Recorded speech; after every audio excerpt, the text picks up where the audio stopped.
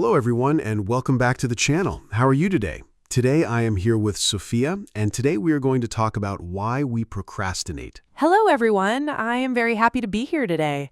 Let's start our conversation. So Sophia, I want to start with a confession. I have been putting off cleaning my closet for about 3 months now. Only 3 months? That's nothing.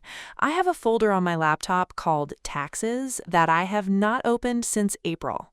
Okay, that makes me feel a little better about myself. Honestly, I think everyone listening right now has something like that, a task sitting in the back of their mind. Right, and that's exactly why I wanted to talk about this today. Procrastination. It's such a universal thing. I don't think I've ever met a person who says, no, I've never put anything off. Exactly, and for a long time I thought it was just about being lazy or bad at managing time. Same here. I used to beat myself up about it, why can't I just get it together? But the more I read about it, the more I realized that's actually not what's happening at all. Wait, really? So it's not about laziness? Not really, no. There's a lot more going on underneath it. Okay, now I'm curious. Let's get into it. So let's start simple. What does procrastination actually feel like for you? Honestly, it feels like this weird tug of war. I know I should be doing the thing, but my body just doesn't move toward it. Yes, exactly. It's like there's a gap between knowing and doing. That's a good way to put it.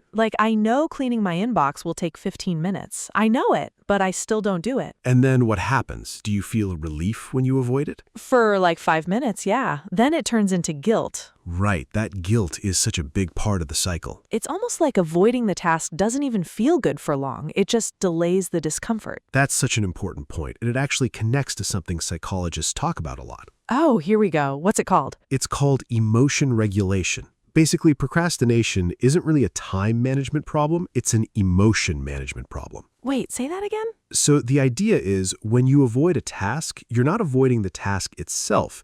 You're avoiding the uncomfortable feeling that task brings up. Oh, wow, that explains so much. Right? Let me give you an example. Yes, please. Say you have to write an email to your boss about a mistake you made. You keep putting it off. It's not because you don't know how to write an email. Obviously not. I write emails every day. Exactly. You're avoiding it because writing it brings up anxiety or embarrassment or fear of how they'll react. Oh my gosh, yes. That's literally what happens to me with anything confrontational. So your brain, in a weird way, is trying to protect you. It's saying, let's not feel that bad feeling right now. So procrastination is basically my brain trying to keep me comfortable in the short term. Exactly. It's a short-term trade. You feel better right now, but the task and usually the stress about the task is still there waiting for you later. That's kind of wild when you think about it. It's not that I don't care about the task, it's that I care too much in a way that feels bad. Yes, that's such a good way to put it. Okay, wait, but why does my brain choose comfort now over comfort later? Logically, I know the deadline is coming. That's a great question, and it actually leads into another concept. Tell me. It's related to something researchers called temporal discounting. That sounds complicated. It sounds complicated, but it's actually pretty simple once you break it down. Basically, our brains value rewards that are close to us in time much more than rewards that are far away, even if the faraway reward is actually bigger or more important. Okay, so would you rather have $10 today or $20 in a month? Exactly that kind of thing. A lot of people would take the $10 today, even though waiting would get them more money. Huh, that's interesting. I feel like I'd wait for the 20, but I get the idea. Right, and it's not really about the money in this case. It's about how our brains weigh now versus later. So how does that connect to procrastination? Well, think about it this way. When you avoid a task, the reward, which is feeling relief, happens immediately. Right. But the cost, like stress, a rushed deadline, or disappointing someone, happens later. Oh, so my brain is basically choosing the immediate reward over the future cost every single time. Exactly. Your brain isn't being irrational, it's just wired to prioritize what's close. That actually makes me feel less like a broken person and more like, oh, this is just how brains work. That's such an important shift. A lot of people think procrastination means something is wrong with them. I definitely used to think that. But really, it's more like your brain is running an old survival pattern that isn't always helpful in modern life. What do you mean by old survival pattern? So think about it from an evolutionary angle. For most of human history, immediate threats and immediate rewards mattered way more than long-term planning. Like if there's a lion nearby, you don't sit there thinking about next month. Exactly. You react now. Your brain developed to prioritize the present, because for a long time, the present is what kept you alive. But now the lion is like a scary email. Right. Our brains haven't fully caught up to modern problems like deadlines, emails, and long-term goals. That's honestly kind of funny when you say it that way. It is a little funny, but it also explains a lot about why willpower alone doesn't fix procrastination. Wait, what do you mean by willpower? Well, a lot of people try to fix procrastination by just telling themselves to try harder or be more disciplined. Yeah, that's basically been my strategy for years. Spoiler, it doesn't work. Right, because the issue isn't a lack of willpower, it's an emotion avoidance pattern. Willpower can only push against that for so long before it runs out. Okay, have you ever noticed this in yourself, like a specific moment where you caught yourself doing this? Oh, definitely. I remember I had to make a phone call to cancel a subscription, and it felt so simple, but I put it off for almost 2 weeks. 2 weeks for a phone call? I know, it sounds silly, but every time I thought about it, I felt this little wave of dread, like what if they try to talk me out of it, or what if it's awkward? Oh my gosh, yes, phone calls are the worst for this. Right?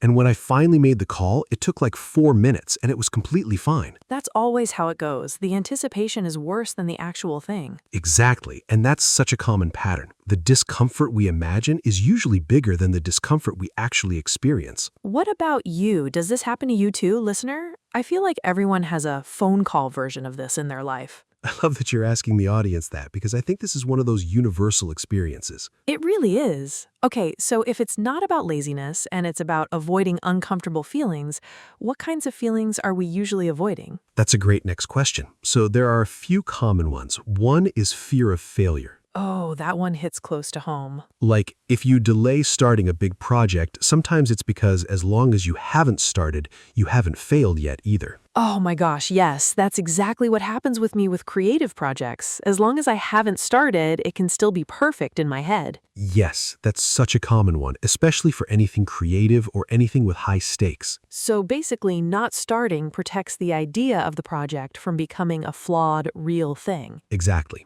Another one is feeling overwhelmed. If a task feels too big or too vague, our brain sort of freezes. Oh, like when you have a huge to-do list and you just end up scrolling on your phone instead. Yes, exactly. That, when a brain can't figure out where to start, sometimes it just shuts down and picks the easiest, most comforting option instead. That is literally my life some days. And then there's boredom too. Sometimes we procrastinate simply because a task feels dull and our brains seek something more stimulating. That explains why I suddenly become very interested in cleaning my kitchen when I have a boring report to write. Yes, suddenly the most boring chores become fascinating when there's something else we're supposed to be doing. Okay, this is all making so much sense. But now I'm wondering, is there anything we can actually do about it? Or are we just doomed to procrastinate forever? No, definitely not doomed. Once you understand what's actually happening, there are some gentle ways to work with it instead of working against it. Okay, I need this. Tell me. So the first thing is, instead of trying to force yourself through willpower, try to shrink the task down. What do you mean by shrink it down? So if a task feels overwhelming, break it into a piece so small that it barely feels like starting the real thing. Like an example? Sure, instead of telling yourself, I need to write the whole report, you could tell yourself, I'm just going to open the document and write 1 sentence. Oh, that's such a low bar, though. That's the point, because the resistance usually isn't about the whole task, it's about the emotional weight of starting. So if you shrink the starting point small enough, there's less to resist. Exactly. And a lot of times, once you're in it, the momentum carries you further than you expected. I've actually noticed that before. Getting started really is the hardest part. It really is. The next thing is naming the feeling you're avoiding. Like actually saying it out loud? Yeah, even just to yourself. Instead of just feeling vague dread, try to ask, what exactly am I afraid of here? Oh, I like that. Like turning it from a fog into something specific. Exactly. Once you name it, like, I'm scared this won't be good enough, it becomes something you can actually respond to. Instead of just this big blob of avoidance. Right. And honestly, sometimes just noticing, oh, I'm avoiding this because I'm anxious is enough to loosen its grip a little. That's such a simple but powerful shift.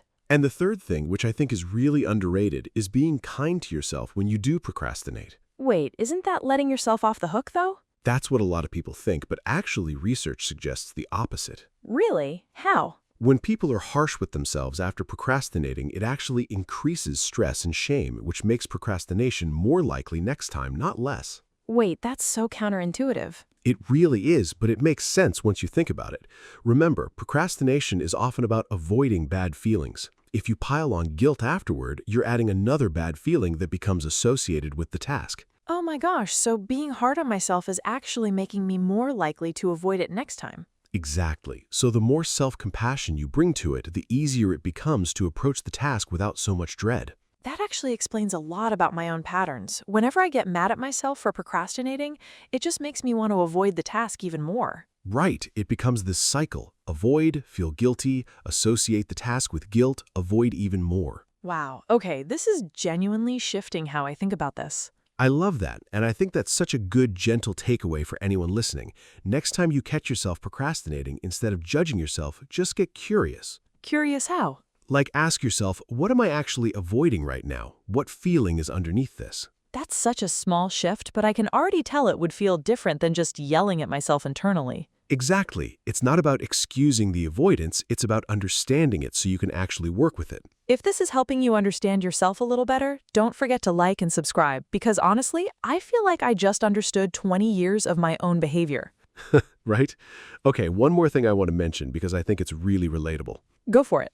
Have you ever noticed that you procrastinate more on tasks that matter a lot to you rather than ones that don't matter at all? Actually, yeah, like I never procrastinate on grabbing coffee, but something like starting a passion project, I'll avoid that for months. Right, and that seems backwards at first, but it actually makes sense with what we talked about earlier. Because the stakes feel higher. Exactly. The more something matters to you, the more emotionally loaded it becomes. More fear of failure, more fear of it not being good enough. So the tasks I care about the most are actually the ones my brain is most likely to protect me from starting. Yes, exactly. Isn't that such a strange twist? It really is. It's like my brain thinks it's protecting me, but it's actually just delaying the thing I want most. That's such a good way to put it. And I think recognizing that can be really freeing because it reframes procrastination not as I don't care, but almost the opposite. I care so much that it scares me. Exactly that. Wow, that hits different. What about you listening right now? Is there something you've been putting off, not because it doesn't matter, but because it matters too much? Let us know in the comments if you've experienced this. I feel like that question alone is going to get people thinking. I hope so. Okay, before we wrap up, I want to bring up one more small idea because I think it ties everything together nicely. Let's hear it. So instead of thinking about procrastination as a character flaw, it might help to think of it as information. Information about what? About what you're feeling in relation to a task. If you notice you're avoiding something, that avoidance is basically pointing to an emotion worth paying attention to. So instead of fighting the procrastination, you follow it like a clue. Exactly. It's like a signal. Hey, there's something here that feels scary or overwhelming or uncertain. And once you notice that, you can respond to it directly instead of just pushing through blindly. I really like that reframe. It feels a lot less like a fight and more like a conversation with yourself. That's exactly it. And honestly, that's kind of the heart of psychology in general, right? Understanding the why behind what we do so we can respond to ourselves with a little more patience. This was such an interesting conversation today. I think a lot of people are going to relate to this one. Honestly, I think I'm going to think about that closet you mentioned earlier differently now. Maybe I'll actually clean it this week. No promises, though. No judgment here. We just talked about why that's okay. Exactly. Thank you all so much for listening. Take care of yourselves, and we'll see you in the next episode. Goodbye, everyone. Bye.